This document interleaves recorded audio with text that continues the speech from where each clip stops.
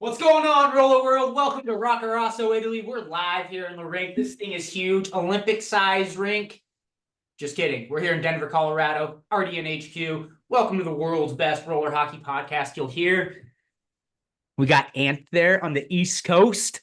Philly King. Got the brand new steel mat in Nurk. Welcome back to the RDN Roller Show. We are excited to get this going. Ant, how's the steel mat over there, and how are you doing? First off, that intro was goddamn electric. We are so back. It's not even, I can't we're explain to you how back we are. We're back. We had a couple, we needed some time off, needed to heal the bodies a little bit, heal the voices. I got the new steel mat in, so I was super busy with getting that installed on our rink. It's unbelievable. I think white is the way to go, honestly, with the steel mat. And you can see here, this is not a steel mat floor, but the white Joker just floor. sick. Yeah, Joker floor. So the white looks sick on our rink, so I'm excited. Just had a couple guys up here testing out what puck we're going to use. So we're working through some stuff, but pumped to be back on the RDN roller show here. Let's go, baby. We got a big podcast here coming for you guys. A little Team USA Juniors preview. Got an interview with the main man, Daryn Goodwin. We're excited for this one. And we're going to kind of recap, summer roller. We really didn't get the opportunity to from Narch to State Wars, just kind of back to back and get back into the real life grind. But, first, before we get into it, we got Team USA Junior Women's going on right now. By the time you listen to this, it'll probably be the championship game. But do you want to speak on the semifinals going on right now? Yeah, so the junior women are facing off against Italy. They played them earlier in round robin, so they're playing the host country, which is always, a special thing to do, getting to play the host country in their country. They beat them 7-2 in round robin. I talked to Laura this morning. Not a big deal. Yeah, not a big deal. She knows it's going to be a test for them. Because as everyone knows, playing a team twice in a tournament, the second time's always, or usually, I shouldn't say always, usually a little bit more of a close knit game. And then, they were talking about, just like I asked her about the win against Namibia, who has a really good women's program. And that win, kind of jumped USA into that different semifinal game where they didn't have to play Spain in the first semi. So Namibia is going to be playing Spain in their semifinal matchup. So if all goes well, USA good. Spain's awesome. So it's going to be really interesting. That game will be for Team USA will be at 1:30 p.m. Eastern time. So Sunday going on right now. There you go. So just in about, an hour and a half, 2 hours from now almost. So so good luck to all the junior women out there. I know that they've gone undefeated in round robin. So they're starting to put the puck in the net as well. They've had a ton of goals the past 3 games. So and Laura's doing a great job, kind of running the Instagram for USARs. So shout out to Laura for shout out to Laura. Yeah. And the dangle tool. It's really hard juggling basically 3 different things. You're doing USARs, you're coaching, and you got your product off the ground. We're definitely trying to, talk to people and get it out there. If somebody loves the sport, more than us, it has to be her. She's everywhere. And, huge shout out, goes to her just with the passion and everything you see behind it. So yeah, absolutely. Yeah, and then obviously you got Team USA Senior Women's coming up, where obviously she's going to stay for that too. So, it's a lot to do. So huge shout out to her. Huge shout out to Team USA. I know the women's are going out there right now too, correct? Yeah, they're headed out. So pretty much looking at it, they're all separated. They used to kind of combine like junior men and senior women like on the same weekend, but because there's only one rink and the town is a little on the smaller side, they're letting everybody have their own week there. Yeah. So I think just because of travel arrangements and things like that, that's how it worked out. Right. So they're going to be headed out there. They should overlap, they may overlap like a day or two, but that's about it. But it's going to be exciting because you got the women back to back, then you got the men headed out, or the junior men, and then the senior men are going to be the ones that wrap it up. All righty. Well, hopefully we can see 4 golds in the Team USA future. All righty. Well, let's get into the summer roller recap. We're going to go over the 3 big tournaments, Tours, Narch, State Wars. First up, Tours. I'm not going to bag Tours. I'm not going to chirp them, but kind of the last couple of years, you see the same messages to us about some of the rink issues. And I don't know, there's only so much you can do, I guess, when you're hosting a tournament there. So us, working with, State Wars, Narch, in these different tournaments, you can't really do much, Shit when happens. shit happens, and you just got to do the best as you can. Obviously you just can't build a rink out of nowhere, right? And so every tournament faces battles, and I think just the way you handle them is, the way people, see it. And it's just, on a player side, it sucks to see like a lot of that happening to you. Yeah. But then The when you're same running, issues. Yeah. yeah, but then running the tournament, like it's sad to see the players kind of chirping your tournament that keep coming year after year after year. And then it's like, I understand, but like, you don't got to go all in sometimes, right? Yeah, and like every tournament has their issues. I remember in Fort Wayne, like we had a little bit of bubbling issues with the rink just because it was so hot that week, right? Yeah. And the expansion, and then we've seen at Irvine with the dupe in the morning, right on the rink, where you got the staff workers out there with the towels trying to get it as dry as possible. So every tournament faces their challenges, and like you said, the biggest challenge is that you can't just there's not many places, I should say, with 3 sheets or 4 sheets to But play it's on, also right? like it is how you handle it too. Yeah. And you know, maybe just that place isn't for them. Yeah. You Yeah. know? I mean, it's consistently happened. So I get why people are frustrated, to be honest with you. Yeah. But like, it's when you're And we there. are a roller hockey podcast. We are going to talk about this stuff. Yeah, we And have I to. don't care Like, if I get chirped a message why you thought like it's it going to be is what talked it is. about. Yeah, it is And I'm what not it saying, is. and we're not saying like we're never going to go play tours, right? Like, No. it's not that. It's more along the lines of Address the issue that keeps happening address the year issue after that keeps year. happening. Yeah. And I know they did melt the main arena this year, so that was a big step. So there wasn't issues on that rink, but like the fact that a whole rink was basically just shut down, like Yeah. that blows, right? And teams are getting, games, and it just changes the whole tournament, right? So Absolutely. but in all honesty, it just sucks because it sucks for the players and the parents who are going down there and playing one game a day, whatever it is. Like it kind of like changes your whole vacation, right? Because some people bring their whole family down there. I know a couple kids from my rank, like the daughter goes down because it is a decent spot to go. Tampa Bay is awesome. It's an awesome city. There's beaches nearby. You have Clearwater and things like that. And especially from Philly, Clearwater is where the Phillies like practice. That's their spring training. So a lot of Philly people live down there, and that's like where they're kind of that's where their summer winter homes are. So for our area, it sucks The because Phillies flock south. flocks, they do. They During do. winter time, they do. So a All little right. snowbird action. But Let's anyway, get into it. Let's just get into it. get into it. Car Shield won. Car Shield won Pro. They've been owning tours for a while. Well, last year two were Road Runners, and let's just say Patty Maroon and the Road Runners. They won it last year, and then the Road Runners found themselves in the championship again. They didn't really start off too hot, I would say, the Road Runners in this tournament, and it was just a first tournament of the year. It's always kind of the pro summer start. It's always kind of hard to get your feet under the ground and just get going again. But they did find themselves in the championship, and it was definitely an odd tournament because some of the teams that you see like really didn't look like themselves, sort of say, I mean, but Carshield's a perfect example as well, right? Carshield had a very interesting round robin. the first game versus Lebeda Blood and Feathers basically could have went to the Blood and Feathers and changed the whole trajectory of who got into the playoffs and stuff. Exactly. So, yeah. that was interesting. 3 shootouts in round robin. Like that's nuts. Like you never see that ever. Never. You're lucky if you see one the whole tournament. No, you're right. But in the championship game, Carshield versus two Roadrunners, Carshield would end up winning that game 4-3, and that was in overtime. Tyler Spezia would score that goal in overtime. I do love the look of Spezia and Alex Kyle on that team, but you got to think because Alex Kyle played with them at Narch too. Yep. But then played with Palma at State, at Palma Pro.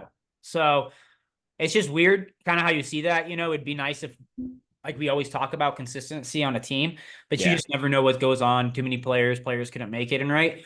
But I love that look on that team.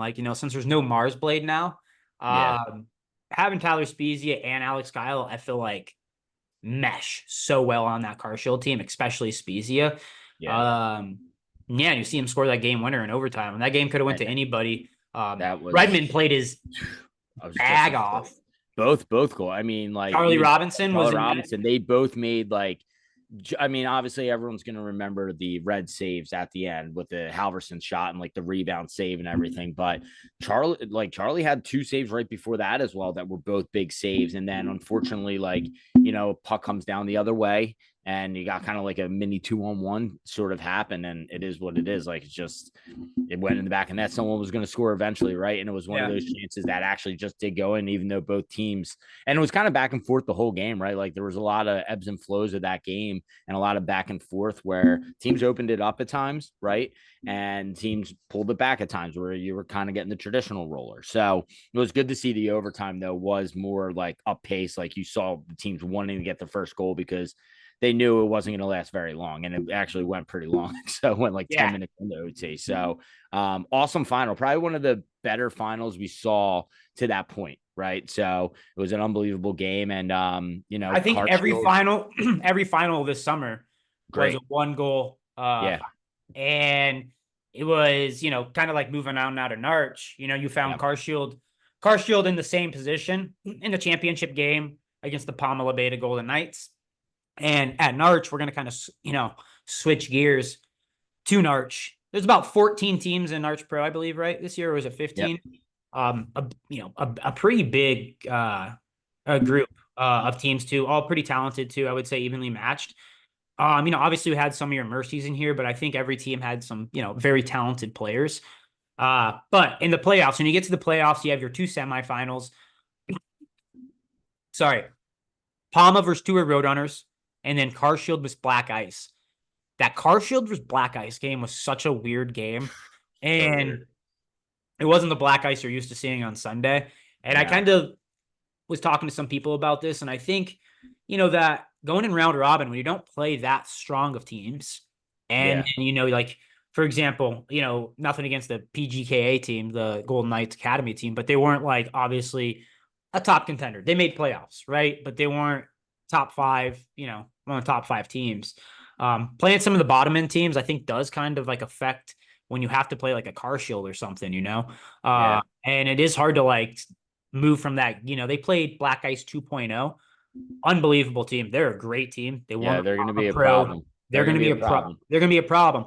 But it's a little different of a game when going to that team to Carshield, and you're used to playing that kind of team in the last 4 games. And especially because Black Ice 2.0, it's just take it from there. Like they're a pure roller team as well, where Carshield plays like a physical kind of ice hockey style game. They play roller ice. Yeah, they do. Like they have primarily ice hockey players on their team, right?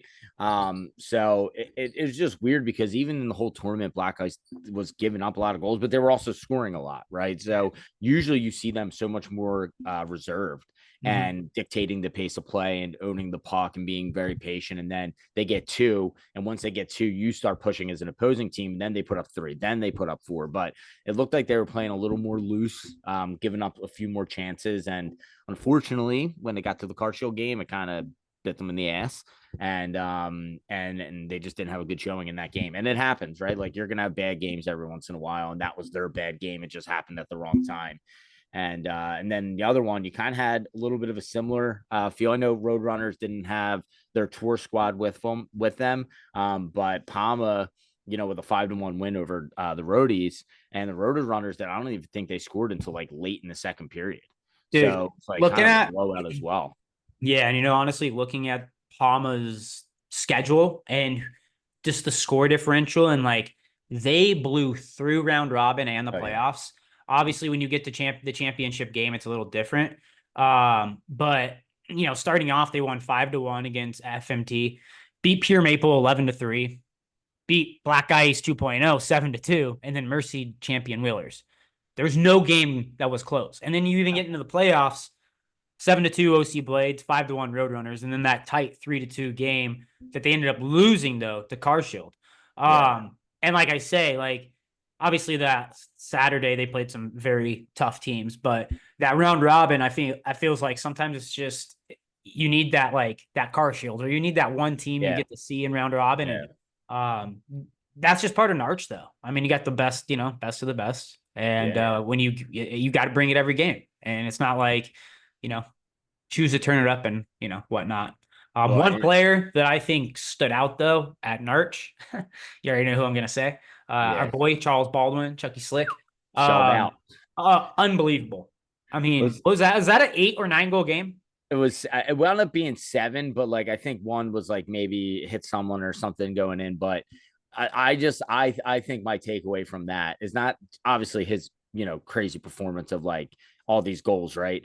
But me, you, and Bateman, our group chat that was going off, where like we're watching the game and he's like, yo, Chucky's got back-to-back goals. Can he get the Hattie? And then he gets the Hattie, and then we're like, can he Gonna get get a scored double enough? Hattie. And we were literally just going through it until a double Hattie. And I'm like, there's no way he's scoring another goal. And then boom, he put in 7. And I'm like, what's going on? Like, this It is was, nuts. He beat Pure Maple literally by himself. yeah, Like, it was a 10-2 game. He had 7 of the goals. Without his 7 goals, it's a 1-goal game, technically, right? Like, yeah. I'm not saying someone else wouldn't have scored those goals, but still, like, man, I feel like that was just crazy. That might have been one of the craziest performances. And that's not to get too far ahead, but one of the reasons like we kind of hit him up for State Wars. We're like, yo, my Dude, man looks and good back on the tile and in you the know, back. the RDN free agent list, I don't think people can forget about. Like, I think when I was working at State Wars and we were at, Palma, so many people came up to me, and I'm sure you and have told us like Yeah. how cool that thing really is. And I've had so many players picked up different players, like, oh, he was good, oh, he was trash, like whatever. You picked up the guy, he got on the team, and that's what Roller's right about, Yeah. right? Yeah. Um, that was one thing that I was like, dude, he's got to play at Palma Pro. And one thing about, I guess, Chucky Slick or whatever you refer to him as Charles Baldwin, but he tears up the European leagues. Doesn't really play during the summer roller tourneys. They don't really know, like his style or the way he plays or anything. The dude, I'm glad like he put on and showed out, because I feel like some people don't, put respect on the name. Does that, you know Yeah. what I mean? Kind of like overlooks it. And it's like, this guy is disgusting. He's nasty. His Oh shot, yeah. one of It's the best ridiculous. shots in the game. Like, just he can just put the puck in the back of the net. So I'm glad he got that opportunity to play those, in the play in Palma Pro, play with the Buffalo Wild Wings or Buffalo Envious Wild Wings, whatever you're called. Yeah, sponsored by the restaurant now. Wait, maybe that honestly not a bad idea. Yeah, not a bad idea. But and you guys made playoffs and you made it to Yeah. Sunday. So I just think, it was a pretty cool story, a summer story if you had one, just to be able to see go off and then get picked up. And him and his brother got to play on the same team on Yeah. your team. Yeah, so I mean, like you said, you don't see him in the summers usually, and even when you did, he was playing with that Maven team all the time, and they were all kind of like a lower end pro team, right? To be Yeah. fair, so like not that he didn't have a lot of help with them all the time, but like he really didn't have a ton of help with them. And as a lower end team, you are getting usually a pretty tough schedule, so you really didn't get to see it. And the fact that he was able to make 2 tournaments work this year when he was only really going to do one, I think him scoring all those goals, like people started hitting him up. Like there was like 3 or Yeah. 4 teams. It was like a free agent frenzy. Like, and I was involved in it because I was trying to get him on our team because we were like guys. And it was kind of funny. And I think what's kind of sold it, I was like, well, we need another D guy too. So let's bring David along. And then boom, that was it. Next day they were on the team on Monday, honestly, before the tournament started on Thursday. Next So play out Wednesday. Well, let's go. yeah, exactly. So Well, I guess let's transition now into, Palma Pro State Wars. We do, we got a big interview coming up here in the next 5 minutes. So, Palma Pro did something pretty cool this year with the Palma Pro Playing Invitational, which I think we've talked about, and just I know Narcs used to do this back in the day, but they played a tournament with, you could say, the tier 2 teams. Okay. And it was a 1-day tournament. Whoever had the best records from each pools moved on and played in the Palma Pro. And Carshield ended up going. And then you also had Skittles. Sorry, fuck. Those You're are the good. two teams I predicted I think we're gonna go, just because they have the most pro experience, you could say. Yep. And that Carshield team was mean, dude. Like, they were mean. Those kids are a bit loony, man. Yeah, a little. Yeah. Yeah, Carshield's They're loud. a little bit nuts. Yeah, they're out. I mean, they're from St. Louis. They're out to lunch, Yeah. But Brett Robinson, he's on that team. Guy's a big beauty, helping out with anything around the rink. But those those guys are like, I wouldn't say goons, but they're a different breed. And Spicy. yeah, but hey, you got JP Bilstein as your coach. Like, you gotta like there he's gonna bring that. And you gotta respect that. A lot of those guys play ice too. And they're playing the same way as that other Carshield team does play. Yeah.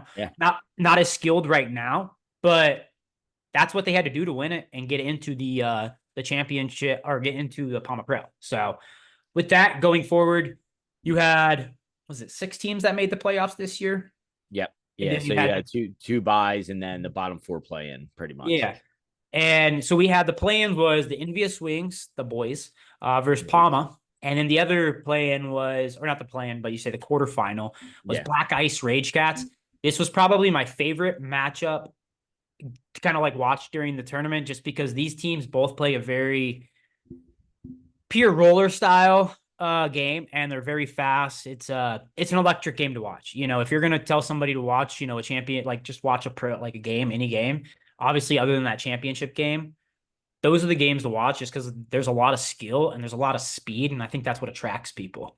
Yeah, that game was awesome, especially because the Rage Cats started to make a little bit of push at the end of that game and come back and kind of close the gap there. So that was definitely a good game. Obviously, I was involved in the other one, so it's tough to speak about. But I Yeah, mean, I mean, Palma was just they were they were like on a mission. I'll say this, that Eton and Kevin Mooney line was like maybe the best line of the whole summer. I mean, I think you got to say that that is the thing with Palma. It is crazy how much depth they have in forwards. Okay. Yeah. And, you know, obviously leading with Travis Snow and Junior Cadiz, I would say that's like, you know, the first line, kind of like the lead, like the captain veteran line, right? They set the Yeah. example. But dude, like, how can you argue, like, how can you not argue John? Yeah. Unbelievable summer. And he was kind of with Kyle Yeah. and Gonzalez. So like they kind of rotated in and out. And And then like you I got think Mooney and Eton, like you're talking yeah, about. And it's like, dude, like, there is so much talent between all of them that you could pick any one of those players and they could have been the MVP of the tournament.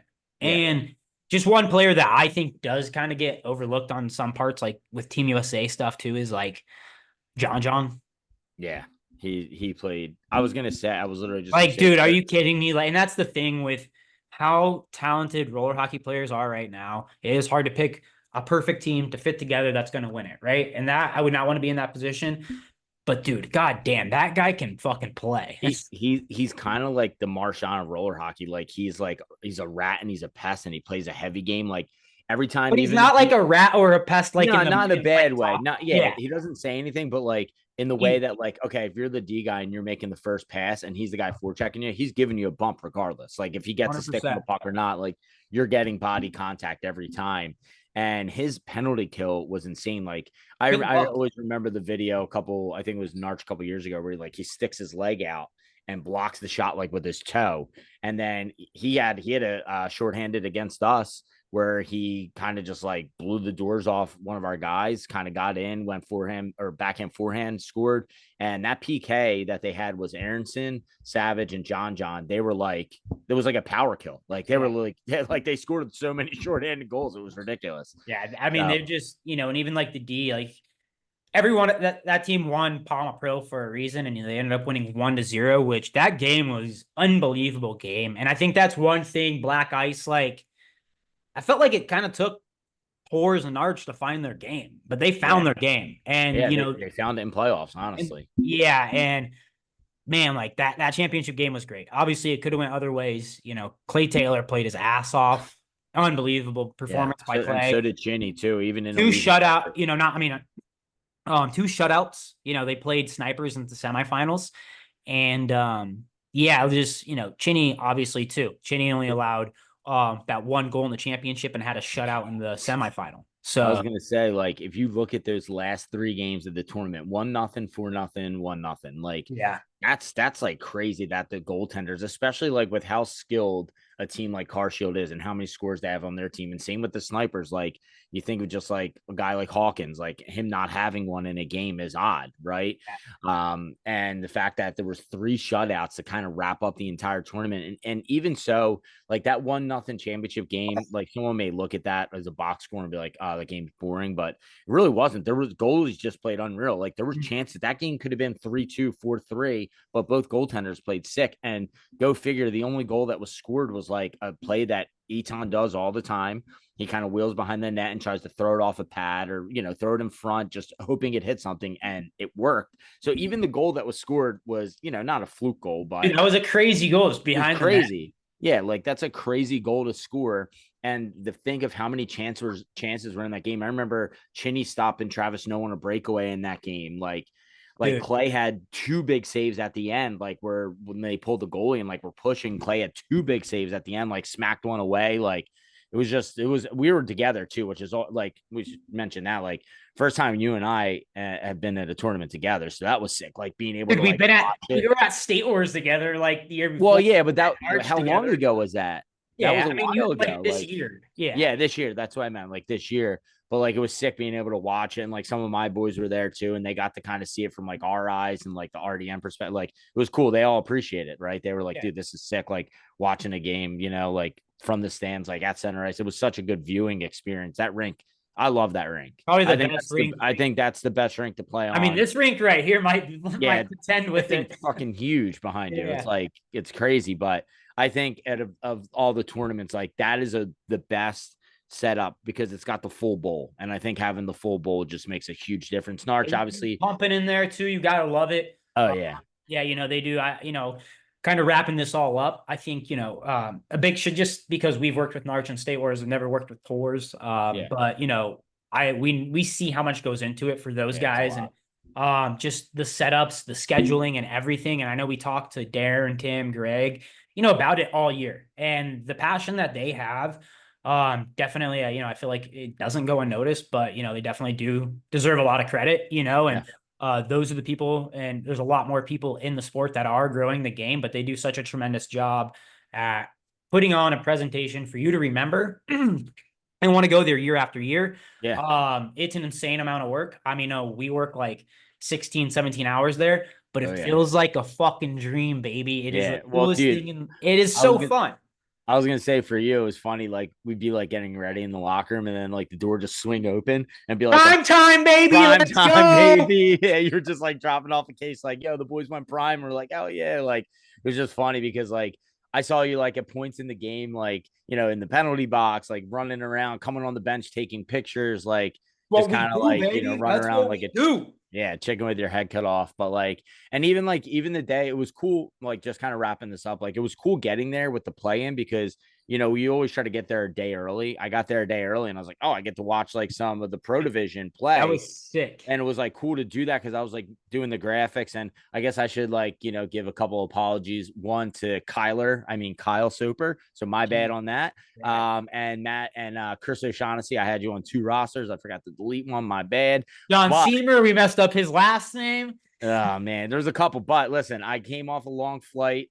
And I was sitting there watching the games, doing the graphics, trying to get it all done. And the thing is with those tournaments as well, because always someone gets added like last minute. And in this scenario, it was like Alex Kyle de Palma, right? Yeah. And I didn't want to not have someone on there. So I tried to wait till the last minute to get out there. But apologies. And I guess, for kind of making those mistakes. And I know that Glover, like as soon as I put it up, he's like, who made that post? And I was like, me. Why? He's like, Kyler Soper. And I was like, oh, my bad, dude. The boys are so funny though, like every one of them, and like I love the community. I love everybody. The Rage Cats are beauties. I think every team is beauties. Just getting to hang out with them at the Ameristar at the end of the tourneys, one of the funnest things. That night. Yeah, Write books about that night. Shout out to my boy Mason. All right, let's move on to the interview now. And we got a good Team USA Juniors head coach interview with Daryn Goodwin.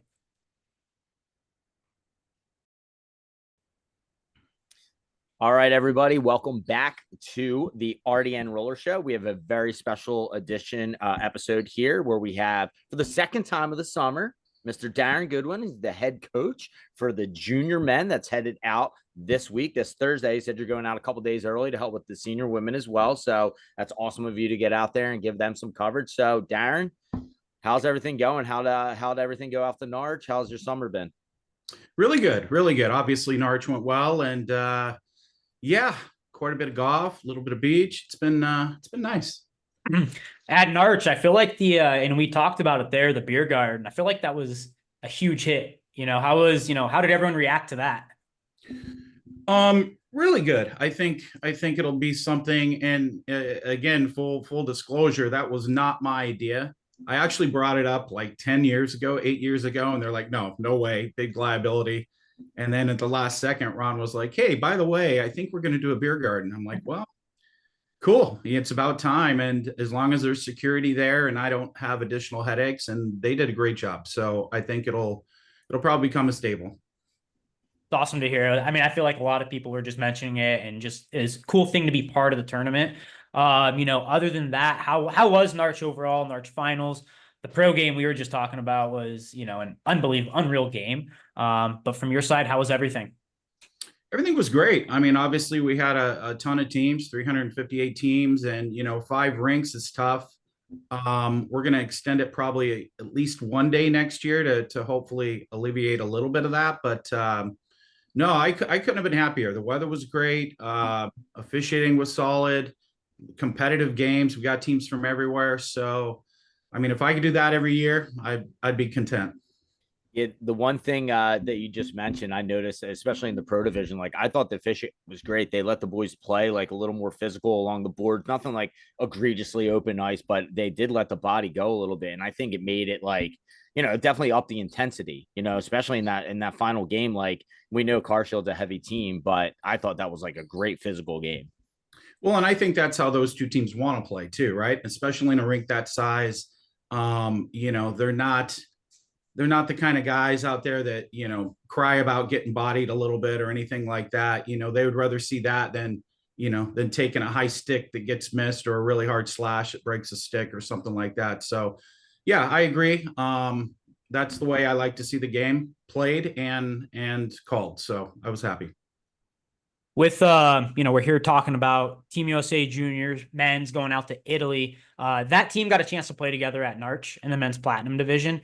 Just from your views and everything as a coach, how do you think that prepared them for coming up this week? I think it was huge, not only for them, but for me and Dan and Vio as coaches too. We got to see them as a unit, played around a little bit with some combinations, got to know the kids better. They got to know each other better. I mean, I think it was something that probably should be done in years going forward too, because we're not going into the event completely cold. Although I wish we got longer than a half hour practice and we're going to get on Monday, but no, I'm really happy we did it. I'm glad the parents were on board with it. And I know the kids all know each other better going into this event. It should make us better. Yeah, it's always nice that at the World Championships too, you mentioned the practice, that you actually get a practice at least, because the floor is going to be a little bit different. The rink looks, as you can see behind us, absolutely huge, which I think is going to benefit, the Team USA, because speed is usually one of the X factors of the teams that play for the United States. So what we want to do real quick, we're going to kind of just break down the roster, go through the forwards, D, goalies, and the coaches especially, and just kind of talk about some of these players that you noticed, and you could even talk about it from playing in the men's plat division at Narch, right? It's people that stood out and things like that. So we'll start with the forward group here. We have Logan Weiss, Jonathan Leishman, Zach Burnett, Ryan Standard, Cole Jacobson, and Lucas Burgle. So of that group there, did anyone really like that maybe you didn't know a lot about, like maybe one of the East Coast guys stand out to you where like, oh man, this kid can play, I can use him in this position? Well, Jonathan's the kid I knew the least going in. I mean, some of the kids you mentioned that are the West Coast kids, like Cole, like Logan, like I've seen them 15, 20 games this year. So, Jonathan was kind of the X factor and he played great. He's very skilled. The one thing I would say about him, he's going to have to control his temper a little bit, stay out of the penalty box. You could tell a couple times he would get, not so much with our team playing men's. I think he did a really good job having composure in those games. But I know when he played 18U, there were a few instances that he let his temperament get the best of him, and that's not going to fly when we go to Italy. But I'm not worried about it. I know he knows that. He's a great player, and everybody that you mentioned, it's such a balanced lineup. So I'm excited. I'm really excited. Yeah, I feel like the Lucas Burgle, got the East Coast, got a mix of the West Coast too, and I feel like that's very useful for Team USA and not being so sectioned if it's all Cali forwards. It's kind of a mix of both, so you got two different styles coming at you, which is benefits your team in the long run. Yeah, Lucas is from Florida. Again, I got to see him a little bit more because he came out. He came out to the regional. He was there at that. Let's not call it a tryout. It was a prospect skate, whatever the technical correct term was for it. But he came out. He played with a local team. He also came out for the finals. He played 18s. He played men. So I feel like I got a good handle on what his game is. So yeah, he's a good addition too. Did you as coaches notice any kind of, I don't want to say friction's not the right word, but Cali guys usually like to play kind of the run and gun style of hockey, and the East Coast guys, you look at the teams like Black Ice in their junior divisions, they like playing that possession game. Did you have to have any conversations with some of that forward group, like, hey guys, we all need to be on the same page because here's how we want to play when we go overseas, because the men's game is different than the junior game? We haven't had those conversations yet, and I honestly don't think it's going to be a problem. I think every kid on this team is fast and wants to skate. I think when they hold back, it's because their coaches want them to slow it down. There will be times for that. I mean, I think our biggest obstacle is going to be playing against a box. I think teams are going to box it up against us, and it's frustrating to do. And for a lot of these guys, I don't think they've ever really experienced that. So, us as coaches, what we're going to have to do is find creative ways to create some movement to break that box up, get some good scoring chances. Because, I mean, you probably, you know this well too, Anth, like your tendency when you're playing against a box is to stand in a bigger box and just move the puck around the outside. Yeah. So, you got to create movement and some plays and stuff to kind of get inside that. And I think it's going to be huge for us to get early leads in these games, because then it'll force teams to play our game. Yeah, I was just going to say that, like, when you can get a goal early or get 2 goals early, it pulls them out of that box and they have to go to something like a 1-1-2. And especially on a big rink, if your team's got so much speed, you can start using the outside of the rink to beat people out of the zone. And then that's when you can start breaking them down little by little. So it's a perfect point by you, because even breaking the box isn't always the easiest thing to do. A stupid stick gets in the lane or something like that. A guy collapses in the right way. Like, it's not the easiest thing to do to break a box. Now, I think the international size rink will help that, though. If teams do that against you, because there is more lanes, there's going to be more space for those guys to be creative. Oh, I mean, look, I'm looking at the rink behind you there, and how much room there is behind the net. I didn't even notice that. Yeah. So much. Look how much room there is behind the net. Yeah. It's like 11 feet. We'll probably be playing down low a lot more. Use that, use behind the net to the corner, to the point, kind of a diamond that way and stuff. So we'll change some angles and have some fun.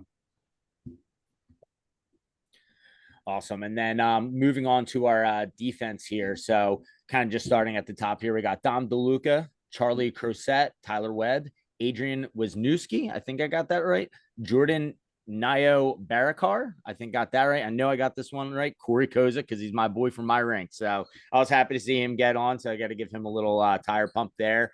Again, with this D group, you're kind of seeing even a bigger mix. You have Cali kids, you have a couple East Coast kids, you have Hawaii, you have Illinois. So you really have a huge mix of players on this back end. So what did you see from your defensive core at Narch?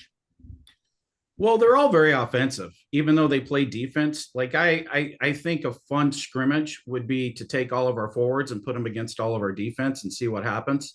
There you go. Because I think our defense are probably, maybe stereotyping here, but I think they're more offensive minded than our forwards are defensive minded. So I might give the nod to our defense and winning a scrimmage. I could be wrong. But no, they're all sound. I think it's going to be hard for teams to score against us. We've got, 2 good goalies. Both Zayden and Jaden are very solid. So I think it's going to be tough for teams to score on us. And they've all of our defensemen are fast too. Like, you've seen Corey play a ton, even on the small rinks, like at Marple. Like, he puck behind the net and goes wide. I mean, even against you guys when he was playing men's, I think you missed that game, but like, he's hard to stop. He goes wide and he's so strong. He's a mutant, that kid. Oh yeah. Yeah. So, and Adrian's actually our captain. He's a really smart player. Probably worth noting, both him and Jordan played 2 years ago in this tournament. and they lost to Chinese Taipei, which it was interesting. I found that game online and watched it a couple weeks ago, and not taking away from what they were then, but 2 years is a big difference, and they look more like boys then, and they look more like men now. So Yeah. it's anyway. I'm rambling, but I'm really happy with all of our defense. Charlie's more of a stay-at-home guy, but he can certainly rush the puck up and score too. But I know with the teams he plays on that are more run and gun, I even watched him in Escondido 2 weeks ago, and he was kind of forced to be the stay-at-home man, and he does a great job getting the puck and outletting it. And Dominic, he's playing pro already, so he's a stud. He's a stud. Good. Yeah, those are two players I was gonna say. Daryn is the Adrian and Dom. They definitely stand out with just the offensive skill. Like they are very skilled offensive, and I feel like Adrian Wisniewski, he's growing a lot in the last 2 years. Like he's gotten taller and bigger, and he is a very skilled player, and very fun to watch. So with having him on D, he's a very good leader and very offensive minded, where he can feel like put the puck in the back of the net when he needs to. Yeah, no, he does everything well. I mean, Tim and I were talking the other day about how much different the pro divisions are going to look here in a few years. And I mean, we just mentioned a couple guys who I think are going to be not only fit into that division in a few years, but be successful in it as well, and an asset to some teams. So, and we didn't even mention Tyler Webb. Tyler's kind of flown under the radar a little bit because he missed the Narch. Well, he was at the Narch finals playing for his Beta team out of the Mayhem. Beta Mayhem. Yeah, and I think they played juniors. He might have played D1 too, but he definitely played juniors, and then he had to split for an ice camp that he had a commitment to. So unfortunately, he did not get a chance to play with the team. Neither did Dom. Dom didn't play with us in the men's division either because he was playing pro, and you can't play in both divisions. So you didn't let him play? No, I'm. me. Bend the rules. Rules are black and white. Bend it a little bit. Hey, listen. If that doesn't give you an example, I know. That's honesty. That's honesty. Yeah. Kudos to you. Yeah. But Tyler's just he's fast as shit too. I was gonna say he's won fastest skater at Narch and multiple skills competitions, right? Yeah, so I would love to see him and Jordan face off because they're always in different divisions, or it just hasn't worked out. But they're both. I mean, our whole team is fast. We've got Logan super fast, Zach Burnett's like they're all pretty fast.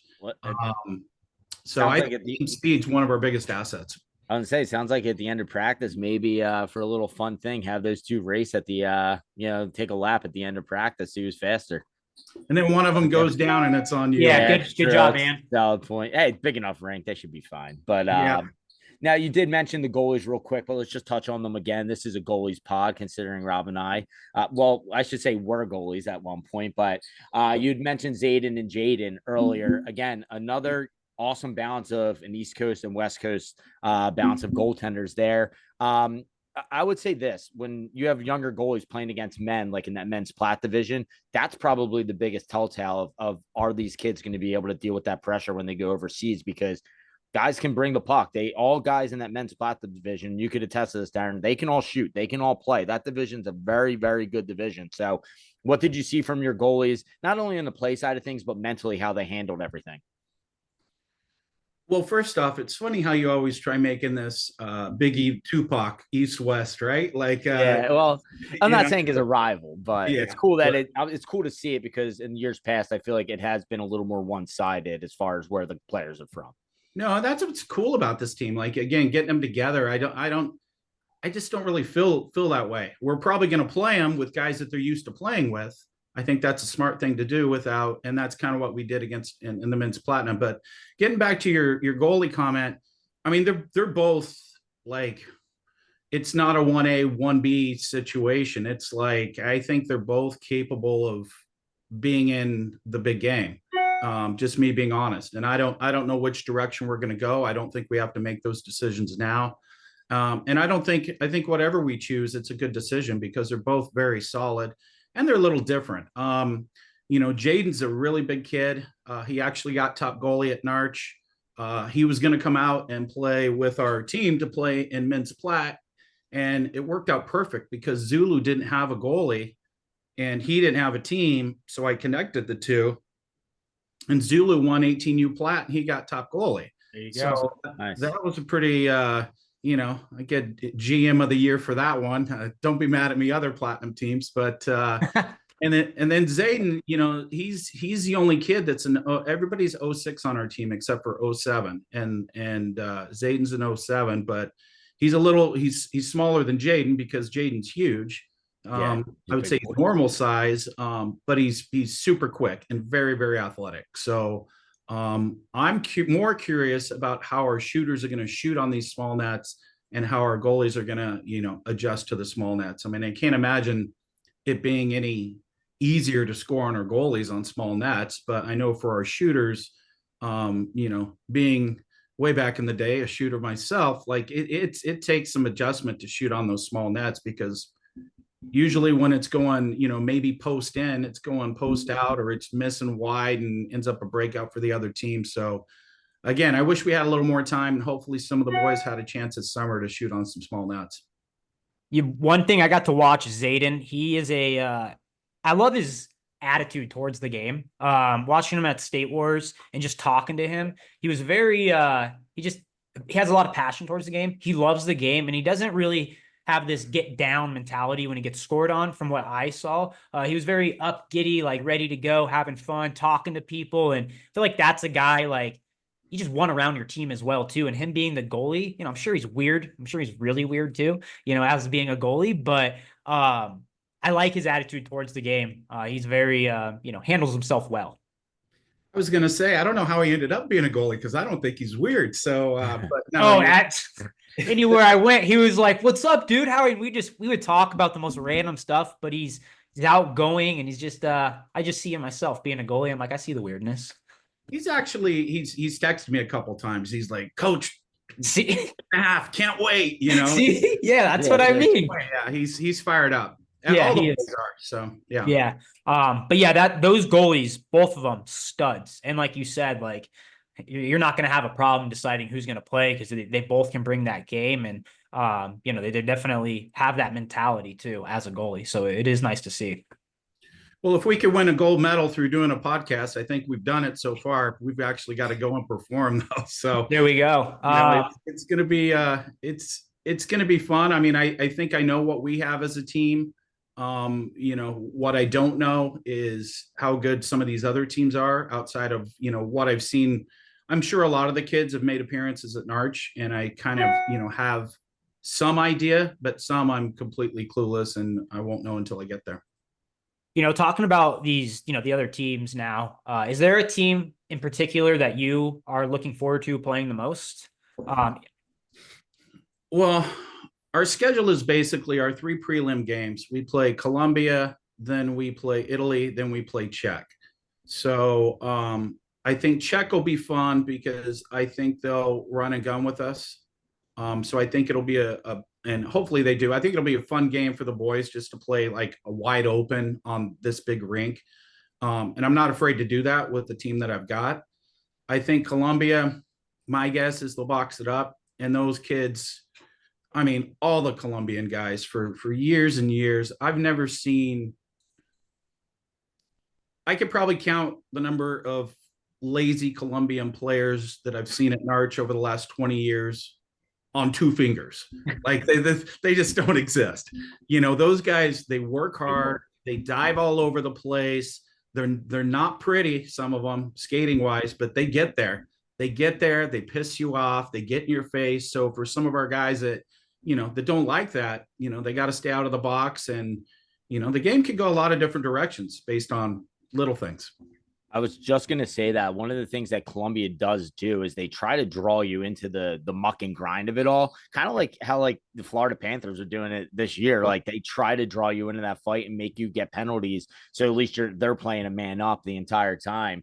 But I mean, within your pool, I mean, that's a pretty solid pool because Italy usually has a pretty decent junior team. Czechia always has a team where, depending on the birth year, like, but they can always shoot because they're mostly ice hockey guys. So you have to be prepared for that. Do you think do you think Czechia is probably your biggest challenge in your round robin? I just don't know, Ant. To be honest with you, I don't know. Some of the boys played against some of the kids on the Czech team. They went over to that. What's the tournament in June again? The IIHS. IIHS. Yeah, they played in that, and so they some of the kids that went over and played, Charlie Crissette, I think went, I think Cole went as well. They said, they're not bad, like we can't sleep on them, but if they play how they did then with how deep we are, we should be fine. So again, we'll see. I mean, the reffing's going to be interesting too, and that's another thing that our players need to get used to. I mean, you take certain guys, take Logan Wise, right? Logan, he's very fast, very skilled, but he stick checks a ton. He's aggressive on the forecheck. He's not like a thick kid or anything, but he's one that's kind of skinnier. And the next thing you know, he just stole the puck from you. In fact, I threw him up on a Nard highlight or two with that from the Warriors. And my point is, him and Jonathan and some of the other guys that like to use their sticks, you just one little tap, they're probably going to call it. So we've got to work hard to get our bodies in front of, and we've got the speed to do it, instead of being lazy and doing the stick tap that you're so accustomed to doing and getting away with at tournaments and the style of play here. You're going to have to move your feet a little bit more, get your body in front of these guys and not use your stick so much, because what I don't want to do with a team like this is spend a lot of time in the penalty box. It's just taking away from everything we're there for. Yeah, no, and World Championships, the reffing is always, you kind of get a lot of different styles because they're all from different types of countries. So they call their own type of game. And I mean, watching the European games, those games are like, you lift the stick and they're getting called, and sometimes like a 5-minute major for nothing. So it is like an adjustment, and I'm sure that Colombia, I think they play Colombia first game, correct? Yeah. Yeah. And that's a team that's always going to get under your skin, like you were saying. So it'll be definitely interesting to see how that reffing will be and how players react. Yeah. I mean, I'm not going into it, thinking they're going to be terrible, but at the same time, I played myself 2 years ago in Italy, last year or this year in Spain, in that senior tournament. And it's called completely different. And you've got a language barrier in a lot of cases. And, it's something that we can't get distracted with. And, that's something that I've got to instill in the guys and say, look, even if it is if it's not a great call, just deal with it. Like, we got to move forward and we got to get through this and kill the penalty and go on. And, just don't take the dumb ones is all I'm asking.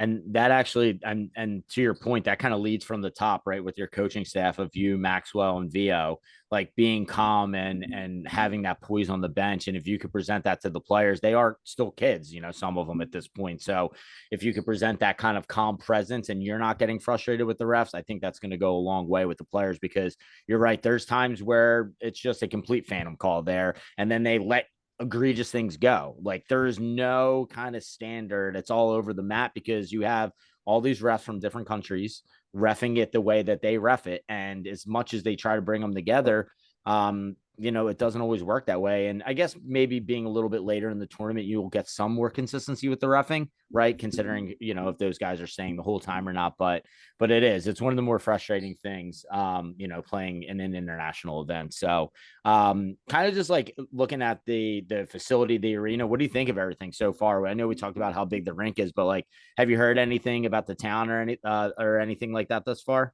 Yeah, I heard the hotel we're staying at the Iris Hotel, and heard it's really nice. It's pretty much just our teams there and so a few random people, but no other teams are staying there.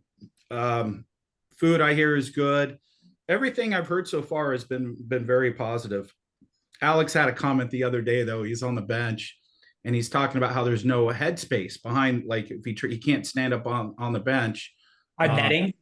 Yeah, no, it's like there's it's like a dome. I don't know if you could see it, but yeah, the one. So I played there in 1996 in for Team USA, and he was saying how the spectators are right above you. And the one thing I remembered, we play Italy, place is packed, and there's people smoking. It's already elevated, right? Like you're at an elevation, and there's people and I'm not a smoker at all. There's people smoking right above our bench. I'm like, how the like we can't breathe to begin with. The rink's wide, you're skating hard. It's at whatever 1,000 feet, and then you come and all you smell is cigar and cigarette smoke when you're trying to catch your breath. So anyway, just a funny flashback there from what he said. So that's hilarious. Yeah, because smoke filled. I was gonna say, I remember in Asiago it was the same thing. They have like kind of like it almost like feels like a dugout, like in a MLB. Like it feels like a dugout over top of you. But the difference is in Asiago, they actually moved it in the boards and they built their own one wall.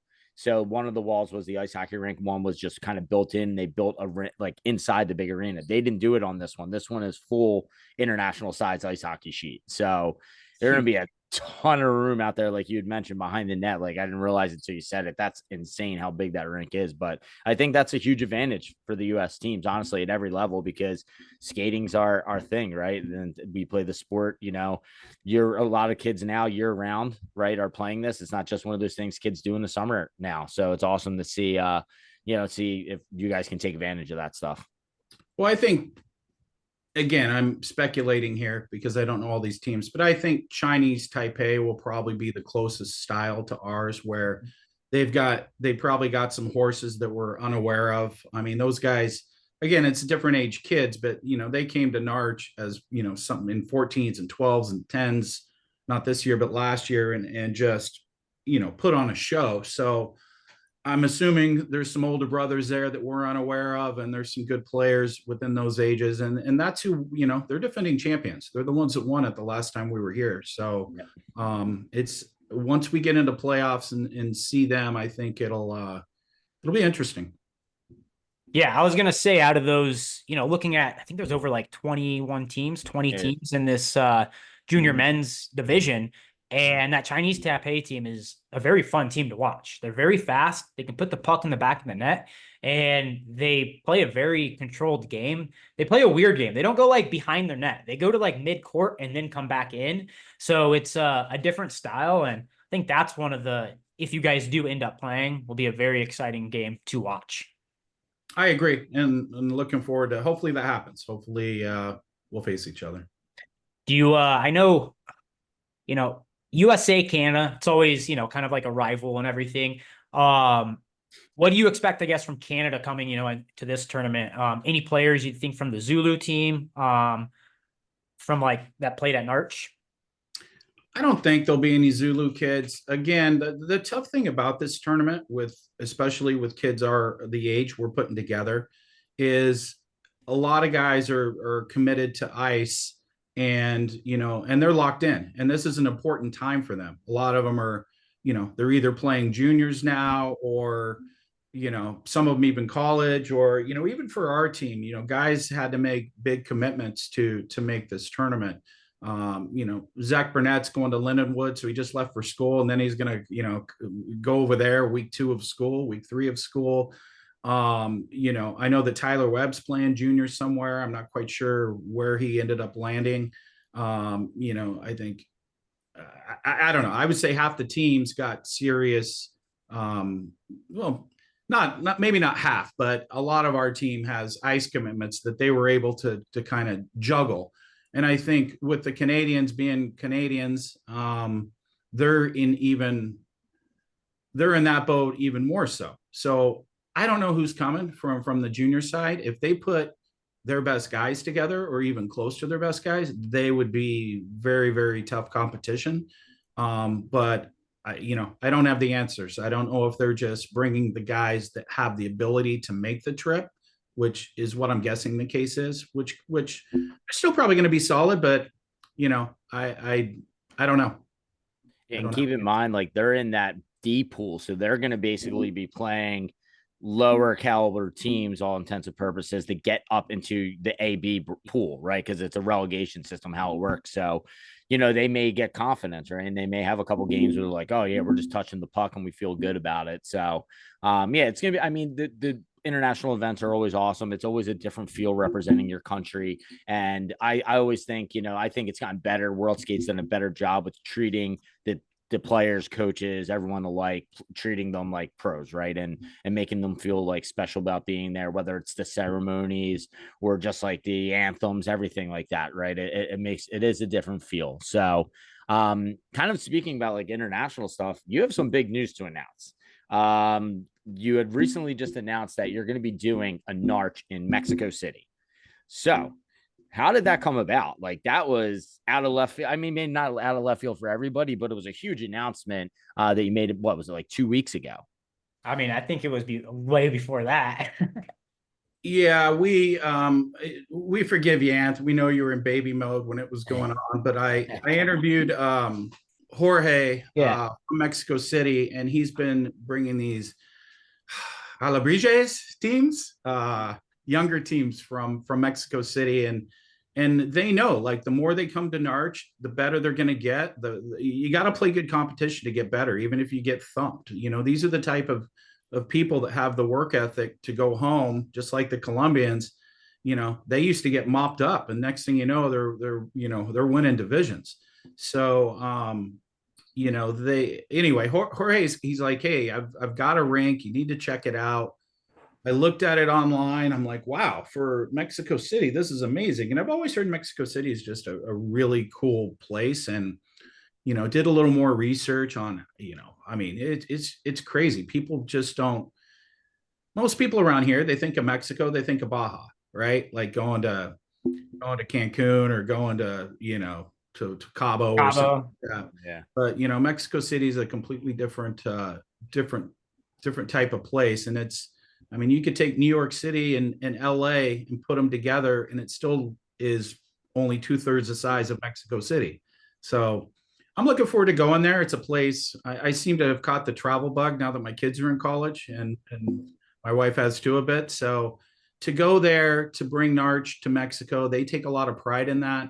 And I know that a lot of those teams are looking forward to playing in an Narch event there. And for a lot of the South American teams, it's easy to get to Mexico, and it's not easy to get to the States. They've got to get visas and stuff. Whereas to go to Mexico, from what I understand, it's not nearly as difficult. So we should looks like we're going to have some teams from Colombia up and stuff. The only kind of disappointment is I was hoping to get some youth teams, because I thought it would be a great trip. And Tours has their OC Classic here, so that wipes out a lot of the local SoCal teams. I thought that Yuma might want to go, and there's an event that they've already committed to on Maui, actually, in November.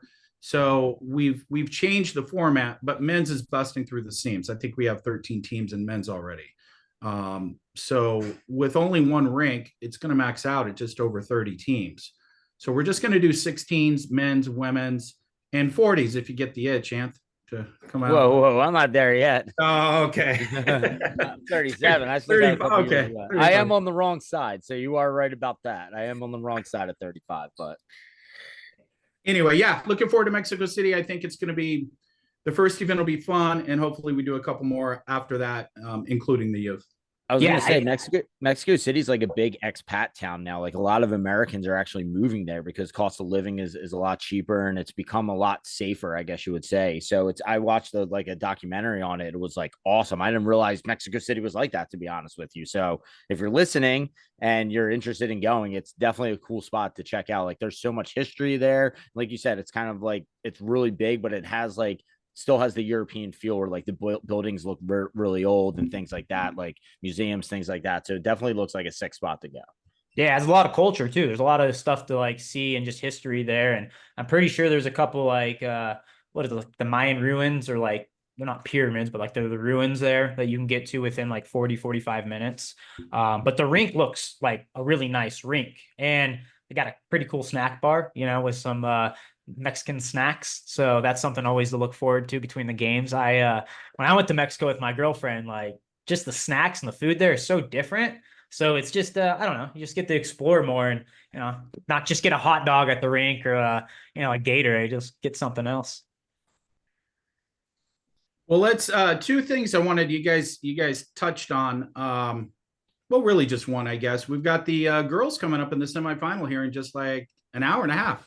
Yeah. So Yeah, this junior probably won't women's. go live by then, but I'm stoked for Alex and his team there. And they're gonna have their hands full today. They play Italy, who they've beat already. So hopefully they can do that twice. You know what they say about trying to beat a team twice, but hopefully they get through them. And I'm pretty certain they'll see Spain in the championship if they do. So Yeah, that other semifinal game is going to be a really good game too. Those teams are very strong, but that Spain team's like they're very talented. They have like 3 or 4 players that are just world class.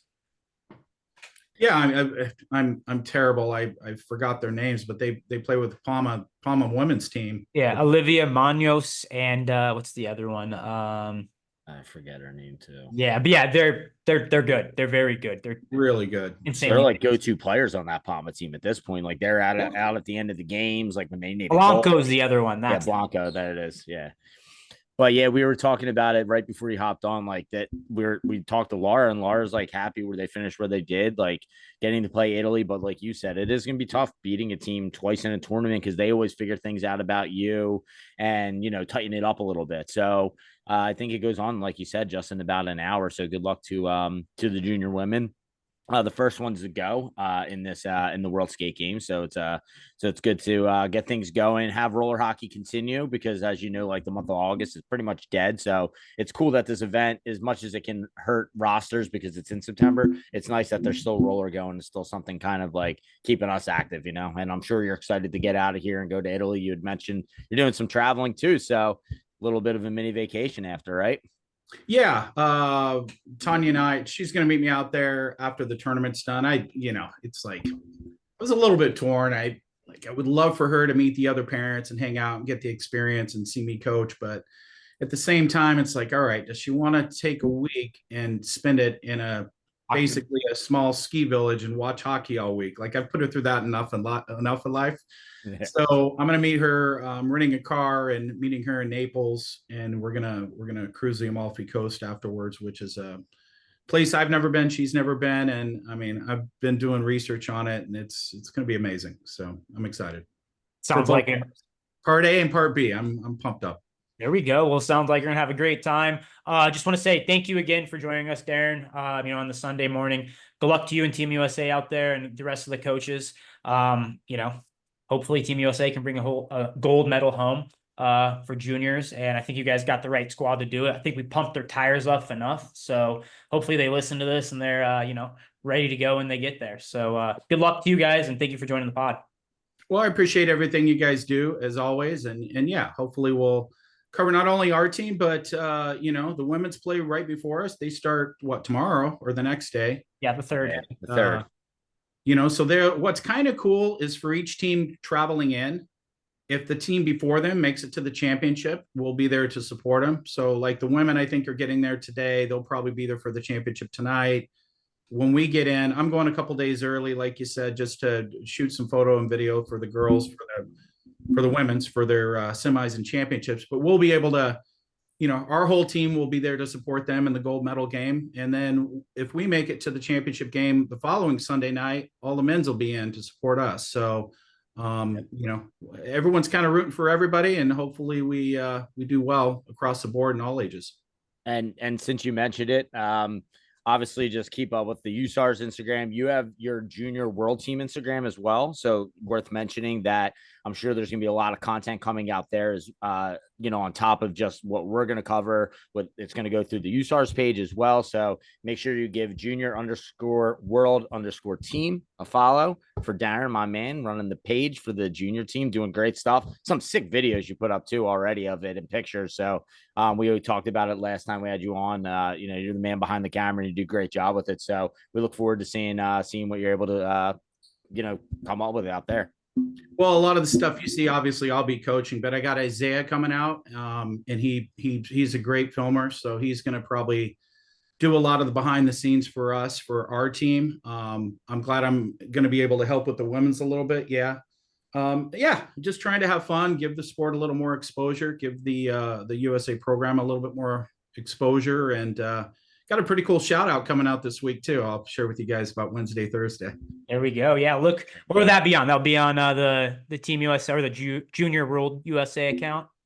Yeah, and I'll I'll collab with you guys so you can share it, and same with the USAR site. So Nice. We got a little cool inside look, and I think that is probably one of the coolest things. You know, especially going off, you know, to represent your country. That is, you know, hats off to you getting that all together and stuff. So pumped to see that. If that doesn't jack the boys up, I don't know what will. Yeah. Yeah, that'll be a good one. All right, guys. Well, thanks for taking time out of your Sunday for this. Absolutely. All right, Thank Daryn. you. See you, man. We'll Take see you. care.